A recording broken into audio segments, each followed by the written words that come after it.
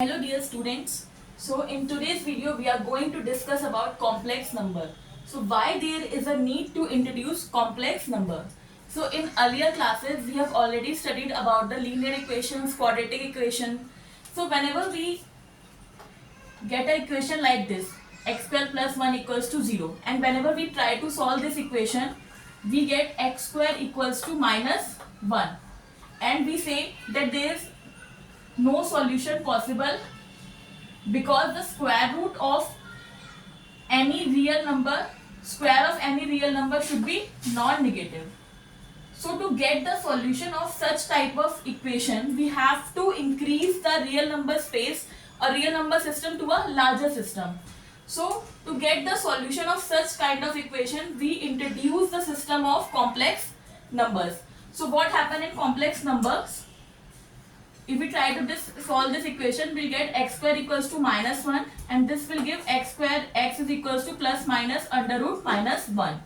So we define a symbol I which is equals to under root minus 1, which gives us I square equals to minus 1. So this I equals to minus 1 symbol give the idea of the complex number. So this I is nothing but the solution of this equation. So now this equation will become x equals to plus minus I. So this I is nothing. This is the solution of this equation, x square plus 1 equals to 0. So if there is any number of the form a plus ib, where this a is also a real number and b is also a real number, then such type of number is called a complex number, where this a denotes the real part of the number like this, and this b denotes the imaginary part of the number. Okay. So based on this criteria we can define various examples such as this 2 plus 3i, 5 plus 7i, minus 2 plus 8i, under root 3 plus under root 2i. All these type of numbers are called complex numbers. So based on this criteria we can divide the entire numbers into three parts or into three criteria, we can say. So how we do the division? So first are the real numbers, then we have complex numbers, and then we have imaginary numbers. So how we define? If in this number a plus ib, if b is equals to 0, if b is equals to 0, that means this imaginary part is 0, then the number is called real number. For example, 2, 3, 7, under root 5, e, pi. Okay? All these are example of real number. The imaginary part is 0. Okay? What are imaginary numbers? Those numbers where this real part is 0. That means a is 0. For example, root 3i, 2i, 7i, 100i. Okay? All these are pure imaginary numbers. The real part is 0. And those numbers where a is also not equals to 0 and b is also not equals to 0 are called the complex number. 7 plus 3i, 5 plus 10i, root 2 plus 9i. Okay? All these are complex numbers.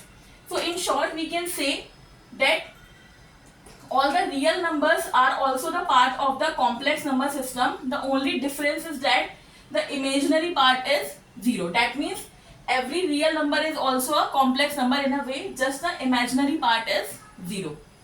Now we see how we represent this complex number geometrically. So we all know from junior classes we are all studying about the x-axis and y-axis. Okay? We are studying this xy plane. So this is the x-axis and this is the y-axis.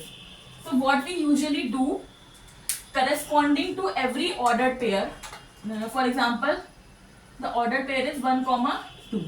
So corresponding to every ordered pair we get a point in this plane. Okay? Let's say this is 1, this is 2, so here we get this point 1, 2. So what we do in complex number, for example we have a complex number 2 plus 3i. ठीक है, तो corresponding to this complex number I can write this number in the form of ordered pair like this 2,3.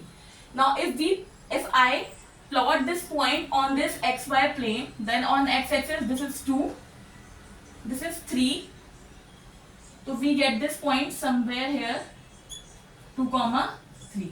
So what we have done, corresponding to every complex number I have taken an ordered pair and I have plotted that ordered pair on this xy plane. Then this type of plane is called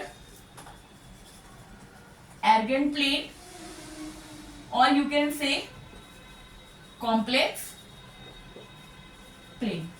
So in this manner you can map every complex number to this xy plane or Argand plane or complex plane. So this is called the geometrical representation of the complex number. Okay, you can plot any number. For example, we have a number 7 plus 5i. Then you can easily plot. Let's say this is 7, this is 5. So I get this point. Okay, in this way you can plot any number. So thank you for today's video. In this video we have given a briefing of complex number. In the next video we are going to discuss about the algebra of the complex number. Thank you so much.